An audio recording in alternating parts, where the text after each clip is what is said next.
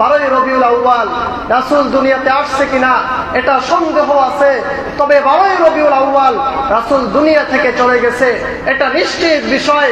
ওই 12ই রবিউল আউয়ালে আনন্দ মিছিল করা মানে রাসূলের মৃত্যুতে আপনি খুশি হয়েছেন, আর রাসূলের মৃত্যুতে খুশি হয়েছিল মক্কার সেই কাফের মুশরিকগুলো। কোন মুসলমান খুশি হতে পারে?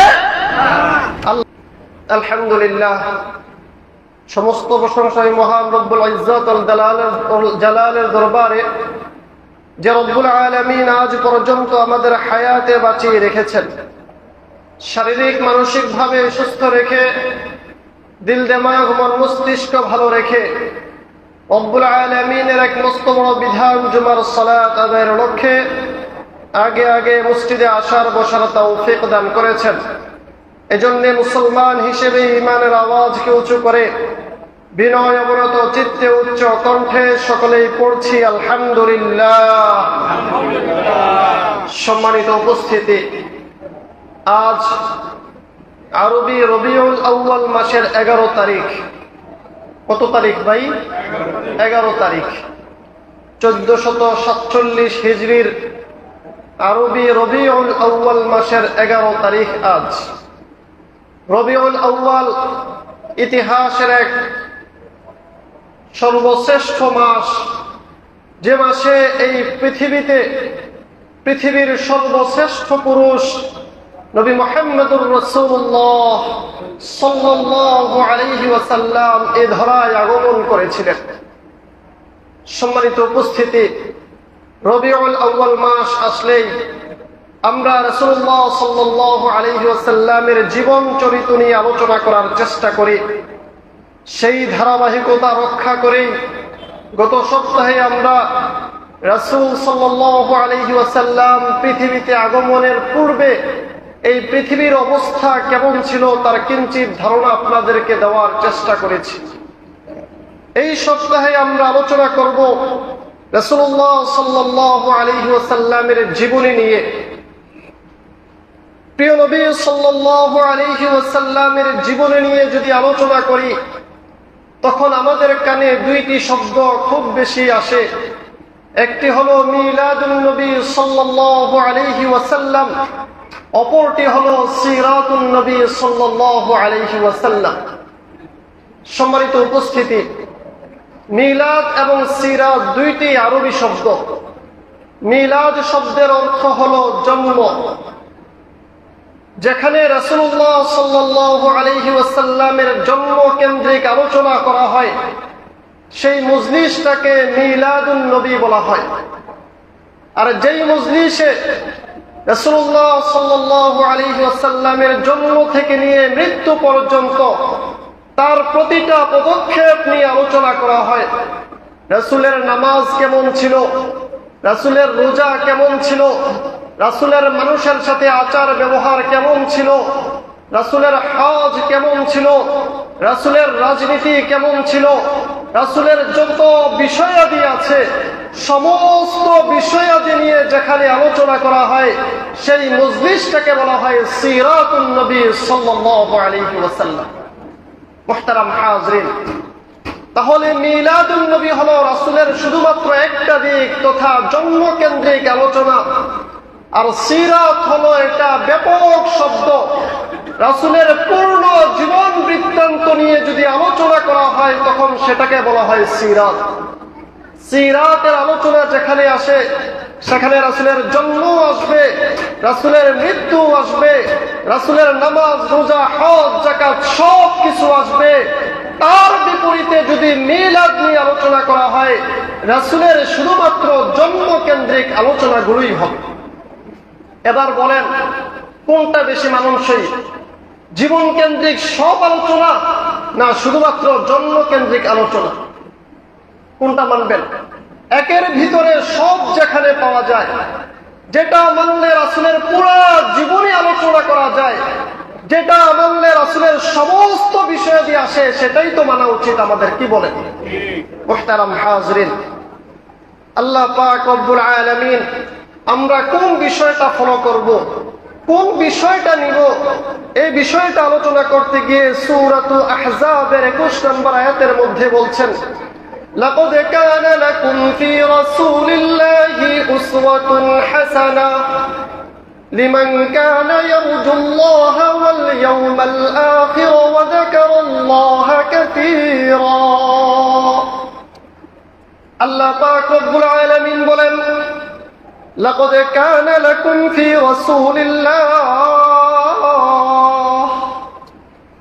তোমাদের মধ্যে আমি একজন রাসূল পাঠিয়েছি যে রাসূলের মধ্যে রয়েছে উসওয়াতুন হাসানা উত্তম জীবন চরিত্র যে রাসূলের মধ্যে রয়েছে কি বলেন উত্তম জীবন চরিত্র যে রাসূলের যে কোনো দিক যদি তুমি ফলো করতে চাও সেই দিকটা ফলো করেই তুমি তোমার চরিত্রটাকে সর্বোচ্চ মানের চরিত্রে রূপান্তরিত করতে পারবে সুবহানাল্লাহ আপনি কোন দিক বলবেন রাসূলের শৈশবকাল ফলো করলে আপনি উত্তম একজন শিশু হতে পারবেন রাসূলের কৈশোরকাল যদি ফলো করেন আপনি একজন সর্বশ্রেষ্ঠ কৈশোরে রূপান্তরিত হতে পারবেন রাসূলের যৌবন যদি কেউ ফলো করে সর্বশ্রেষ্ঠ যুবকে রূপান্তরিত হবে রাসূলের যুবক যদি কেউ ফলো করে সর্বশ্রেষ্ঠ যুবকে রূপান্তরিত হবে রাসূলের বার্ধক্য যদি কেউ ফলো করে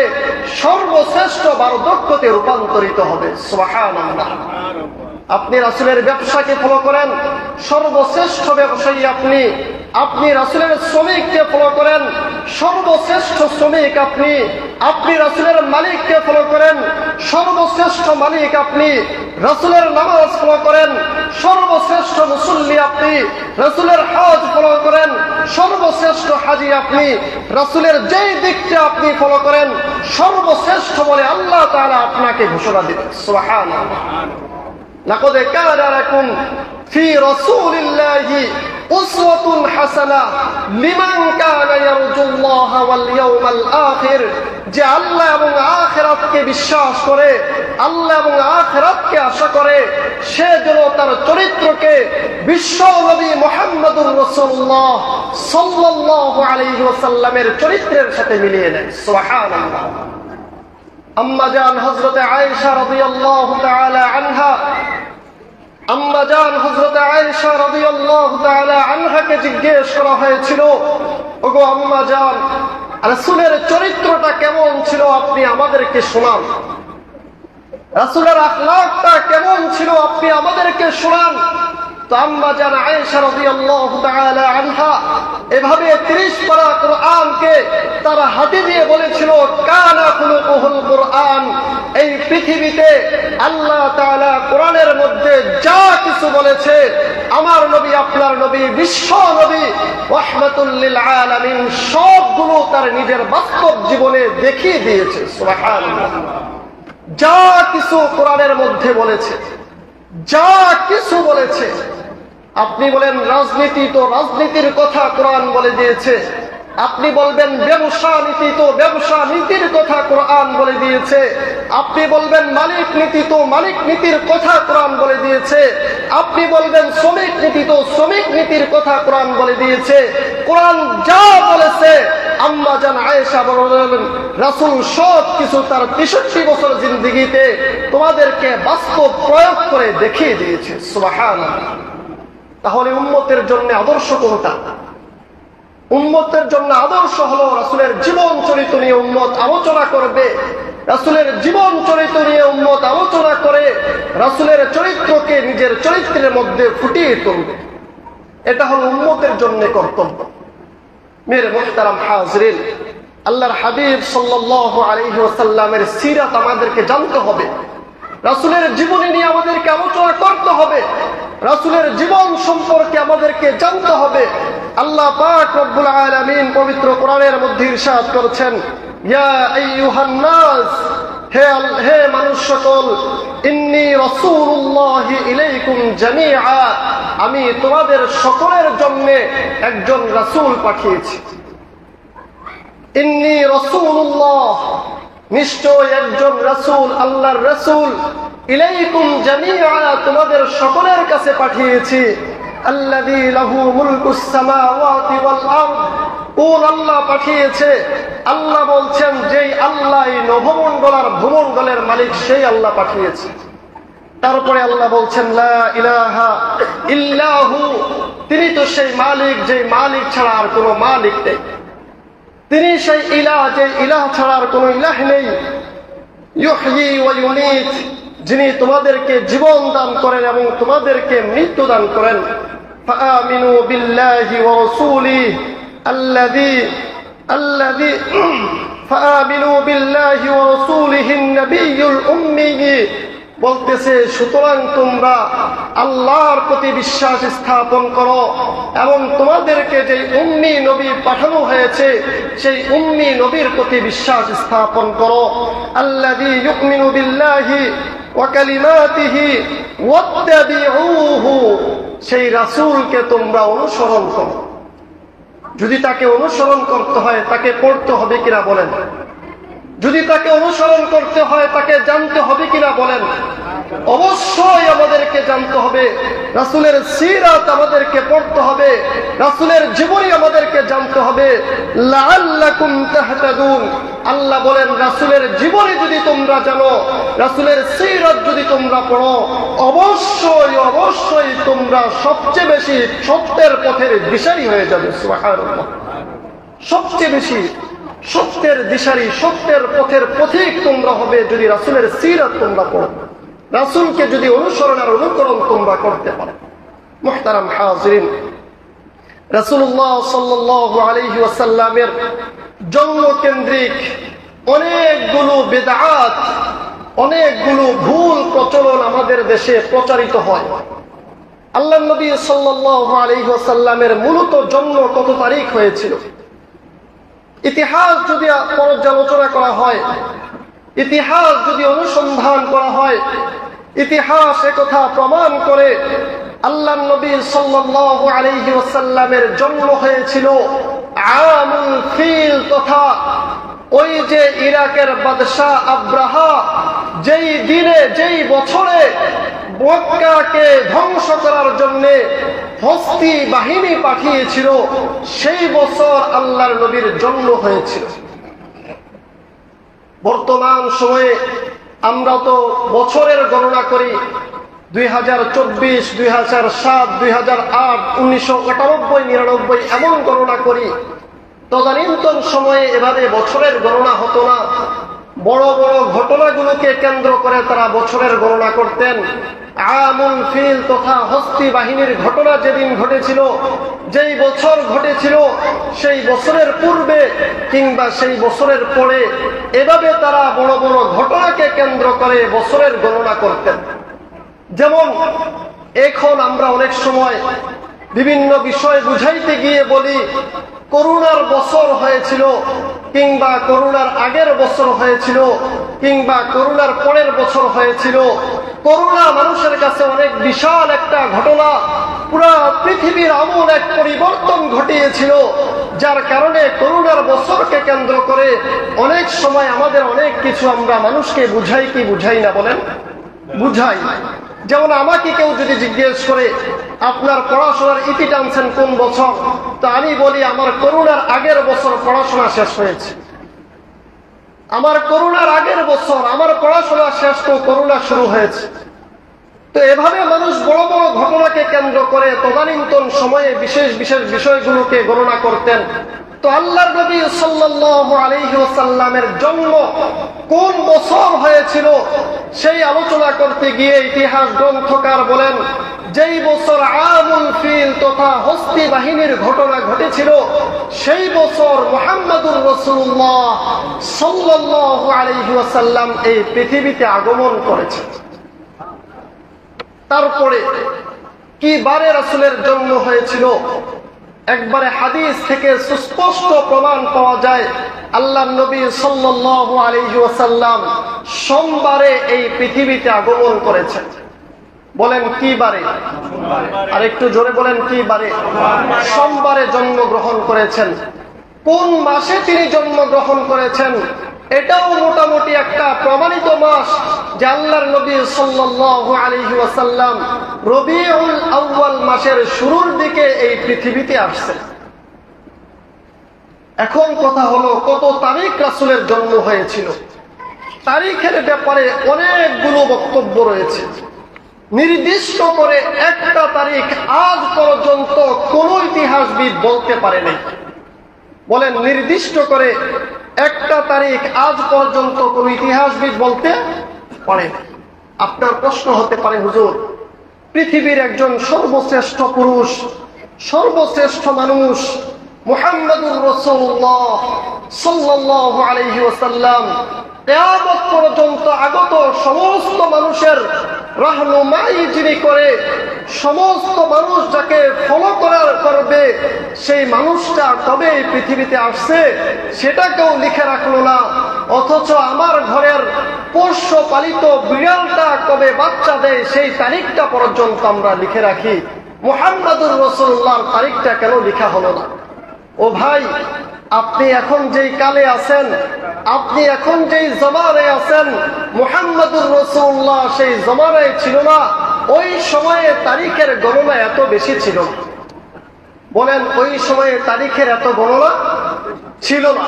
2 নম্বর বিষয় হলো, তারিখ কেন্দ্রিক কোনো কিছু ইসলামে কিছুই নেই। জন্ম তারিখ কিংবা মৃত্যু তারিখ এটা লিখে রাখলে সওয়াব হবে, কিংবা এটা পালন করলে এই হবে আর সেই হবে, এটা করলে অমুক আর তমুক হয়ে যাবে, এমন কিচ্ছু ইসলামে নাই বলে এটার কোনো গণনাই করা হয়নি।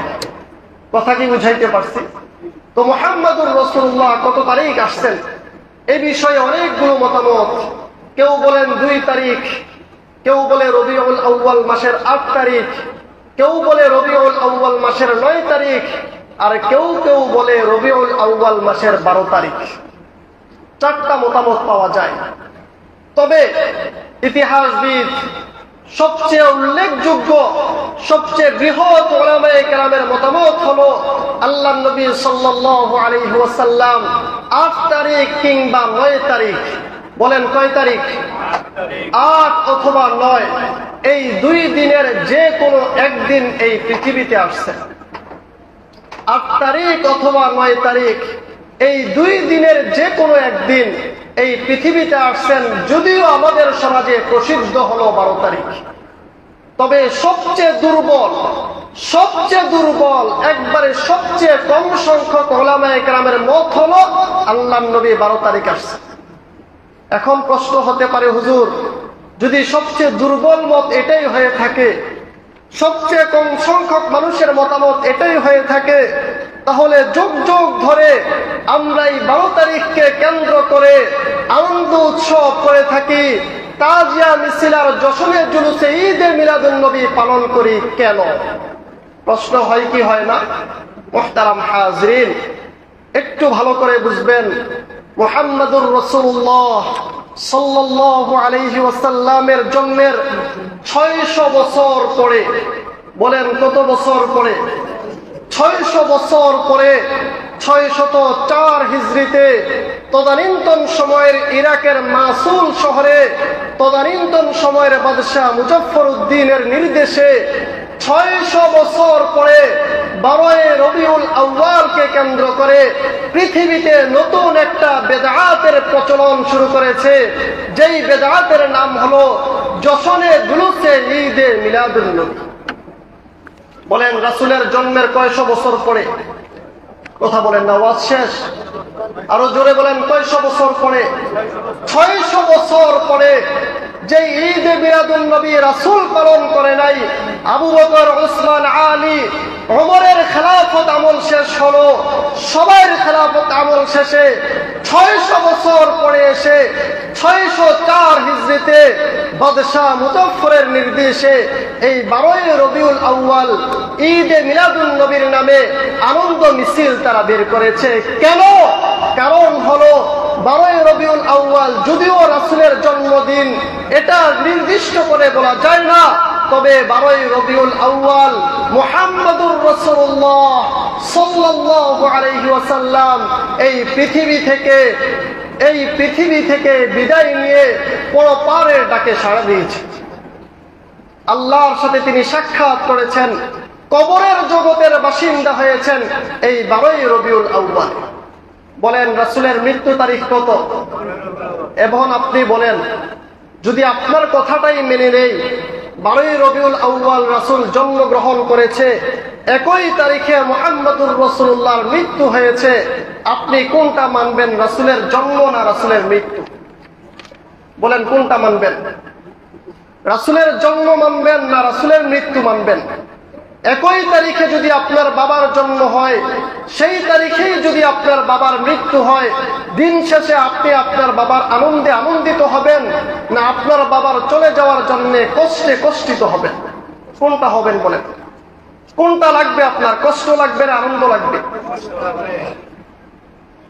মুসলমান, এই যে রাসূলের চলে যাওয়াটা মানুষের ভিতরে একটা বেদনা কাজ করেছে। আল্লাহর নবী সাল্লাল্লাহু আলাইহি ওয়াসাল্লামের যখন মৃত্যু হয়েছে, এক সাহাবী তার কৃষি ক্ষেতে কৃষি কাজ করছিলেন, তো এই সাহাবীকে ঘোষণা দেওয়া হয়েছে, তুমি তোমার কৃষি কাজের ব্যস্ততায় ব্যস্ত হয়ে পড়েছো, ওই দিক দিয়ে তোমাদের নবী মুহাম্মদুর রাসূলুল্লাহ সাল্লাল্লাহু আলাইহি ওয়াসাল্লাম রফিকে আলার ডাকে সাড়া দিয়ে পরজগতের বাসিন্দা হয়ে গেছেন। তো এই সাহাবী মালিকের দরবারে দুহাত তুলে দোয়া করছে, রব, যেই চোখ দিয়ে মুহাম্মদুর রাসূলুল্লাহকে দেখবো না, ওই চোখের আমার প্রয়োজন নাই, এই চোখগুলো তুমি নিয়ে যাও। মৃত্যু পর্যন্ত অন্ধ হয়ে তিনি দুনিয়াতে বসবাস করেছেন। ওই চোখের দরকার নাই, যেই চোখ দিয়ে মুহাম্মদুর রাসূলুল্লাহকে দেখবো না। এজন্যই তো বলে ওই চোখ তো চোখ না, যেই চোখ খানায়ে কাবাকে দেখে নাই, ওই চোখ তো চোখ না, যেই চোখ মুহাম্মদুর রাসূলুল্লাহর সবুজ গম্বুজকে দেখে নাই। ওই চোখ চোখ হতে পারে কি করে? ওই জবান জবান হতে পারে কি করে, যে জবান দিয়ে খানায়ে কাবার চত্বরে দাঁড়িয়ে লব্বাইক আল্লাহুম্মা লব্বাইক বলতে পারে নাই? ওই জবান জবান হয় কি করে, যে জবান সবুজ গম্বুজের কাছে দাঁড়িয়ে সালাতু সালাম পেশ করতে পারে না? ওই চোখ আর ওই জবান জবান হয় কেবল করে। মুহতারাম হাজিরিন, রাসূলের চলে যাওয়ার এই কষ্টকে মানুষের ইতিহাস থেকে মুছে ফেলার জন্য, মানুষের রাসূলের চলে যাওয়ার এই বেদনাকে মানুষের ইতিহাস থেকে ভুলিয়ে দেওয়ার জন্য 12 রবিউল আউয়াল রাসূলের মৃত্যুদিনকে আনন্দ উৎসবে পরিণত করে মানুষের মাঝে নতুন করে বেদআত চালু করে সমস্ত মানুষকে 12 রবিউল আউয়াল কেন্দ্রিক করে রাসূলের চরিত্র থেকে, রাসূলের জীবনী থেকে, রাসূলের অন্যান্য আমল থেকে আমাদেরকে দূরে সরিয়ে দিয়েছে। যার কারণেই আমরা 12 রবিউল আউয়াল আসলেই একটা আনন্দ মিছিল বের করে দেই। যার কারণেই আমরা রাসূলের 12 রবিউল আউয়াল আসলেই একটা আনন্দ উৎসব আর জিলাপির আয়োজন করে পুরা ইতিহাস থেকে মুহাম্মদুর রাসূলুল্লাহকে ভুলিয়ে দেওয়া হয়। মুহতারাম হাজিরিন, এটা ঠিক না, এটা ভুল প্রচলন। আল্লাহ তাআলা আমাদেরকে বুঝার তৌফিক দান করুন, সকলে পড়ি আমিন। মুহতারাম হাজিরিন, রাসূলের জন্মকে কেন্দ্র করে আমরা কি করতে পারি, এই উম্মতের জন্য করণীয় কি আছে, এই বিষয়টা নিয়ে যদি আলোচনা করি, কয়েকটা হাদিস আপনাদের সামনে উপস্থাপন করতে হয়। প্রথম হাদিস মুসলিম শরীফের 1162 নম্বর হাদিস, হযরত আবী কাতাদা রাদিয়াল্লাহু তাআলা আনহু থেকে হাদিসটি বর্ণিত। প্রিয় নবী সাল্লাল্লাহু আলাইহি ওয়াসাল্লামকে জিজ্ঞেস করা হয়েছিল, ওগো আল্লাহর নবী, আপনি প্রত্যেক সপ্তাহের সোমবার এবং বৃহস্পতিবার রোজা রাখেন কেন? প্রত্যেক সপ্তাহের সোমবার এবং বৃহস্পতিবার এই 2 দিন আপনি রোজা রাখেন কেন? মুহাম্মদুর রাসূলুল্লাহ চিৎকার দিয়ে পড়ি সাল্লাল্লাহু আলাইহি ওয়াসাল্লাম জবাব দিয়েছিলেন, ফীহি উলিদতু ওয়া ফীহি উনজিলা আলাইয়া। এই সোমবার এবং বৃহস্পতিবারের রোজা রাখার কারণ হলো, সোমবার তো এমন দিন যেই দিন আমি জন্মগ্রহণ করেছি, আর বৃহস্পতিবার তো এমন দিন যেই দিন আমি মুহাম্মদুর রাসূলুল্লাহ সাল্লাল্লাহু আলাইহি ওয়াসাল্লামের উপর কোরআন নাজিল করা হয়েছে। তো আস্তে সুবহানাল্লাহ, সোমবার এমন দিন যেদিন আমি জন্মগ্রহণ করেছি, আর বৃহস্পতিবার এমন দিন যেই দিন আমার উপর কোরআন নাজিল করা হয়েছে। অপর হাদিসে আল্লাহর নবী সাল্লাল্লাহু আলাইহি ওয়াসাল্লাম বলেন, তুরাদুল আ'মাল ইয়াউমাল ইথনাইন, বান্দার আমলটা আল্লাহর কাছে 2 দিন পেশ করা হয়। বলেন, সপ্তাহের 2 দিন বান্দার আমল আল্লাহর কাছে কি করা হয়? পেশ করা হয়। একদিন হলো 2 দিন পেশ করা হয়। একদিন হলো ইয়াউমুল ইথনাইন, এই সোমবার দিন, আরেকদিন হলো ইয়াউমুল খামিস, বৃহস্পতিবার দিন। প্রত্যেক সোমবার এবং প্রত্যেক বৃহস্পতিবার বান্দার আমল আল্লাহর কাছে পেশ করা হয়। মুহাম্মদুর রাসূলুল্লাহ বলেন, আমি চাই আমার আল্লাহর কাছে আমলগুলো এমন ভাবে পেশ করা হোক যখন আমি রোজা অবস্থায় আছি। সুবহানাল্লাহ পড়বেন। আমার আমলগুলো আল্লাহর কাছে এমন অবস্থায় পেশ করা হোক যে অবস্থায় আমি কি আছি? বলেন, রোজা আছি। 3 নম্বর হাদিস হযরত আবু হুরায়রা রাদিয়াল্লাহু তাআলা আনহু থেকে বর্ণিত, রাসূলুল্লাহ সাল্লাল্লাহু আলাইহি ওয়াসাল্লাম বলেন, এই হাদিসটা একটু মনোযোগ সহকারে শুনেন। আবওয়াবুল জান্নাতি ইয়াউমুল ইথনাইন, আল্লাহর নবী বলেন, প্রত্যেক সপ্তাহের 2 দিন জান্নাতের সবগুলো দরজা খোলা হয়। 1 নম্বর দিন হলো ইয়াউমুল ইথনাইন, সোমবার দিন। 2 নম্বর হলো ইয়াউমুল খামিস, বৃহস্পতিবার দিন। ফায়াগফিরু লিকুল্লি আবদিন লা ইউশরিকু বিল্লাহি শাইআ ইল্লা রাজুলান কানাত বাইনাহু ওয়া বাইনা আহয়ি শা'নাহু কানাত বাইনাহু ওয়া বাইনা আখি শাহলাহু। আল্লাহর নবী সাল্লাল্লাহু আলাইহি ওয়াসাল্লাম বলেন, প্রত্যেক সপ্তাহের 2 দিন জান্নাতের দরজাগুলো খুলে দেওয়া হয়। 1 হলো সোমবার দিন, 2 হলো বৃহস্পতিবার দিন। তারপরে আল্লাহর নবী বলে, বান্দা খুব ভালো করে শুনে রাখো, মনোযোগ সহকারে শোনো, মনোযোগ সহকারে বুঝো। এই 2 দিন আল্লাহ তাআলা পৃথিবীতে যত বান্দা আছে সমস্ত বান্দাগুলোকে মাফ করে দেন। এই 2 দিন আল্লাহ তাআলা সমস্ত বান্দাগুলোকে মাফ করে দেয়, তবে 2 শ্রেণীর মানুষ ব্যতীত। বলেন, কয় শ্রেণীর মানুষ ব্যতীত? 2 শ্রেণীর মানুষ ব্যতীত। 1 নাম্বার হলো যারা মুশরিক, আল্লাহ তাআলা তাদেরকে মাফ করেন না। 2 নাম্বার হলো যাদের অন্তরে হিংসা আছে, যাদের অন্তরে তাকাব্বুর আছে, যাদের অন্তরে অহংকার আছে, যে তার ভাইকে নিয়ে হিংসা করে, যে তার বোনকে নিয়ে হিংসা করে, যে তার প্রতিবেশীকে নিয়ে হিংসা করে, ওই হিংসককে আল্লাহ তাআলা এই 2 দিনও মাফ করেন না। নাউজুবিল্লাহ পড়বেন। সমস্ত বান্দাগুলোকে মাফ করে দেন, সমস্ত বান্দাগুলোকে মাফ করে দেন, কিন্তু কোন মুশরিককে আল্লাহ তাআলা এই 2 দিনও মাফ করেন না। 2 নাম্বার, কোন হিংসুককে আল্লাহ তাআলা মাফ করেন না। হিংসা এমন জঘন্যতম এক অপরাধের নাম, হিংসা এমন এক নিকৃষ্ট অপরাধের নাম, যে হিংসার ফলে শয়তান চিরস্থায়ী জাহান্নামী হয়েছে। আল্লাহ বলেন, সেই শয়তানের গুণ যে তার ভিতরে লালন করবে, ওই শয়তানের সাথে তাকেও চিরস্থায়ী জাহান্নামী বানাবো বলে এই 2 দিন তাকেও মাফ করি না। ওই যে শবে বরাতের আলোচনা যখন আসে তখন আপনাদেরকে শোনাই, আল্লাহ তাআলা প্রথম আসমানে এসে সমস্ত বান্দাদেরকে আমভাবে ক্ষমা ঘোষণা করেন, তবে 2 শ্রেণীর মানুষ ব্যতীত, ইল্লা লিমুশরিকিন আও মুশাহিন, কোন মুশরিককে আল্লাহ তাআলা মাফ করেন না। 2 নম্বরে কোন হিংসুককে আল্লাহ তাআলা ওই শবে বরাতও মাফ করেন না। 2 নম্বরে আজকে রাসূলের হাদিস শুনলাম, সোমবার এবং বৃহস্পতিবার আল্লাহর নবী সাল্লাল্লাহু আলাইহি ওয়াসাল্লাম বলেন, সমস্ত বান্দাগুলোকে আল্লাহ তাআলা মাফ করে দেয়, তবে কোন মুশরিককে সেদিনও আল্লাহ মাফ করেন না, কোন হিংসুককে আল্লাহ তাআলা সেই সোমবারও মাফ করেন না, সোমবার এবং বৃহস্পতিবারও মাফ করেন না। আল্লাহ তাআলা আমাদেরকে বুঝার তৌফিক দান করুন, সকলে পড়ি আমিন। সম্মানিত উপস্থিতি, তিনটা হাদিস আপনাদের সামনে পেশ করলাম। তিনটা হাদিস থেকে চারটি বিষয় আমরা জানতে পারলাম। সোমবার এবং বৃহস্পতিবার, সোমবার আল্লাহর নবী সাল্লাল্লাহু আলাইহি ওয়াসাল্লামের জন্মদিন, সোমবার রাসূলুল্লাহ সাল্লাল্লাহু আলাইহি ওয়াসাল্লামের উপর প্রথম ওহী নাযিল করা হয়। সোমবার এবং বৃহস্পতিবার বান্দার সমস্ত আমলগুলো আল্লাহর সামনে পেশ করা হয়। 4 নম্বর, সোমবার এবং বৃহস্পতিবার জান্নাতের সবগুলো দরজা খুলে দেওয়া হয়, জান্নাত থেকে সুসংবাদ পেশ করা হয়।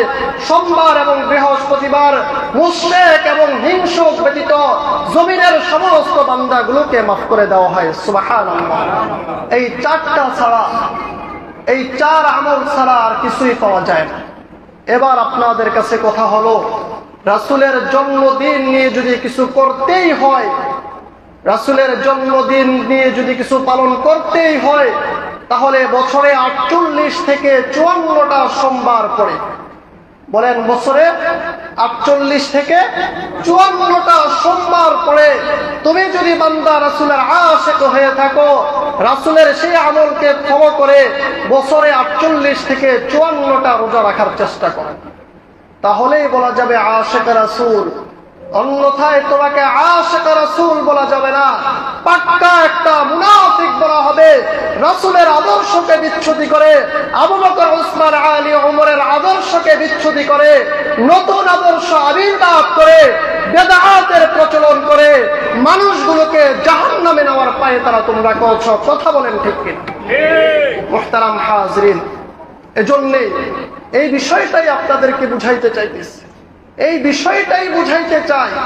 রাসূলের মুহাব্বত শুধুমাত্র 12 রবিউল আউয়াল কেন্দ্রিক নয়, রাসূলের মুহাব্বত তো 365 দিনের 365 দিন।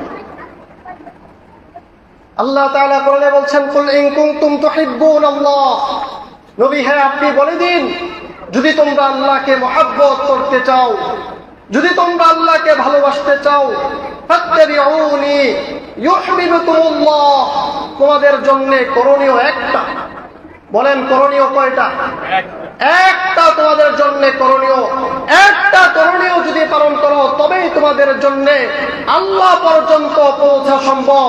সেটা হলো ফাত্তাবিউনি, আমি মুহাম্মাদুর রাসূলুল্লাহ সাল্লাল্লাহু আলাইহি ওয়াসাল্লামকে অনুসরণ আর অনুকরণ করা। বলেন, মুহাম্মাদুর রাসূলুল্লাহর অনুসরণ আর অনুকরণ ব্যতীত আল্লাহ পর্যন্ত পৌঁছা সম্ভব? কোনোভাবেই সম্ভব না। মক্কার কাফের মুশরিকরা বলে, মুহাম্মদ তুমি আমাদের ছোট মানুষ, ছোট বাচ্চা, তুমি আমাদের চাইতে বয়স কম, অর্থ সম্পদ তোমার কম, ক্ষমতা তোমার কম, তোমাকে আমরা অনুসরণ করতে পারবো না, তোমাকে আমরা ভালোবাসতে পারবো না, তোমার কথা আমরা শুনতে পারবো না। তবে মুহাম্মদ শুনে রাখো, আমাদের ভিতরে আল্লাহর ভালোবাসা সদা সর্বদাই থাকে, সেটা তোমাকে বলতে হবে না। আরশ আজিম থেকে রবের কথাটা পছন্দ হয় নাই, সাথে সাথে কোরআন নাজিল করে আল্লাহ বলে দিচ্ছে, ও মুহাম্মদ ওদেরকে বলে দিন, যদি আল্লাহ পর্যন্ত পৌঁছতে চাও, রাসূলের ভালোবাসা, যদি আল্লাহর ভালোবাসা অর্জন করতে চাও, আমি মুহাম্মাদুর রাসূলুল্লাহর অনুসরণ আর অনুকরণ ব্যতীত কশিনকালেও সেটা সম্ভব না। এবার কথা হলো, রাসূলের ভালোবাসা কি করে পাওয়া যায়, রাসূলের অনুসরণ আর অনুকরণ কি করে করা যায়, সে কথাও আল্লাহর হাবিব সাল্লাল্লাহু আলাইহি ওয়াসাল্লাম হাদিসে পাকের মধ্যে ইরশাদ করেছেন, ওয়ামান আহইয়া সুন্নতি ফাকাদ আহাব্বানি ওয়ামান আহাব্বানি কানা মাই ফিল জান্নাহ। ও আমার উম্মতেরা, আমি রাসূলের ভালোবাসা তখন তোমার ভিতরে থাকবে, আমি রাসূলের ভালোবাসা তখন তোমার ভিতরে আসবে, ফাকাদ আহাব্বানি ওয়ামান আহাব্বানি, যখন তুমি আমার রাসূলের সুন্নতগুলোর অনুসরণ আর অনুকরণ করবে। বলেন, রাসূলের মুহাব্বতের দাবিদার কখন আমি হতে পারবো? যখন রাসূলের সুন্নত আমার ভিতরে চলে আসবে। রাসূলের মুহাব্বত তখন দাবি করতে পারবো যখন রাসূলের সুন্নত আমার ভিতরে আসবে। রাসূলের সুন্নতকে মাইনাস করে, রাসূলের সুন্নতকে ধ্বংস করে, রাসূলের সুন্নতের উপর আগুন চালিয়ে তারপরে রাসূলের মুহাব্বত দাবি করা মুনাফিক ছাড়া আর কিচ্ছু হতে পারে না। রাসূলের সুন্নত মানবেন না, রাসূলের মুহাব্বত আপনার ভিতরে থাকবে, এটা কি করে সম্ভব? স্বামী ডায়াবেটিসের রোগী, প্রতিদিন তার সকাল সন্ধ্যা রুটি খেতে হয়। স্ত্রী প্রতিদিন 14 বার স্বামীকে বলে আই লাভ ইউ, তোমাকে অনেক ভালোবাসি, তোমাকে অনেক মুহাব্বত করি।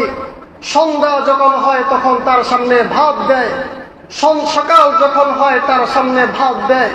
স্বামী ডাক দিয়ে বলে, মুহাব্বতের দাবিদার হলে তো আমি কতদিন সুস্থ থাকি সেই চিন্তা করে আমার জন্য সকাল সন্ধ্যা রুটির ব্যবস্থা করতে, রুটির ব্যবস্থা না করে ভাতের ব্যবস্থা করে আমাকে আমার মৃত্যু নিশ্চিত করে পরপুরুষের কাছে যাওয়ার এক চূড়ান্ত ধরনের পায়তারা তুমি করবা, আর সকাল সন্ধ্যা আই লাভ ইউ বলে আমাকে ধোঁকাবাজি করবা। ওই ধোঁকাবাজি চলবে? আমি বলি, রাসূল আপনাকে মুহাব্বত করি, আপনাকে ভালোবাসি, আপনাকে এই করি সেই করি, সব কিছু ঠিক আছে, আর রাসূলের সুন্নাত আমার ভিতরে থাকবে না।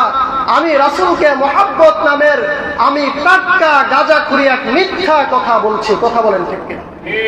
এজন্য মুহতারাম হাজরিন, যেটা আল্লাহ বলছেন আজ পর্যন্ত কোরআন আর সুন্নায় কেউ দেখাতে পারে নাই।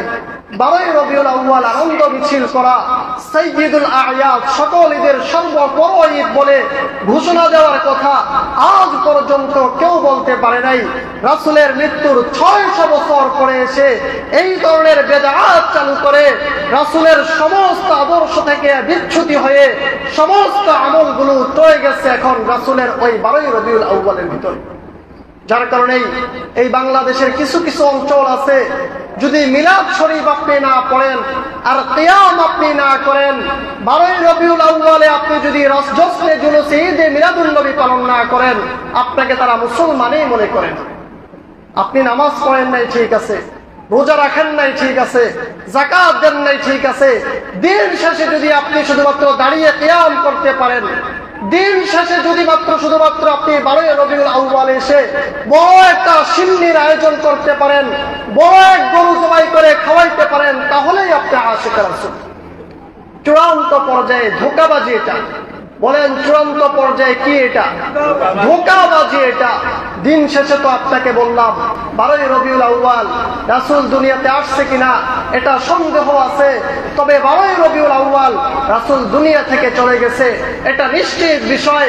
ওই 12 রবিউল আউয়ালে আনন্দ মিছিল করা মানে রাসূলের মৃত্যুতে আপনি খুশি হয়েছেন, আর রাসূলের মৃত্যুতে খুশি হয়েছিল মক্কার সেই কাফের মুশরিকগুলো। কোন মুসলমান খুশি হতে পারে?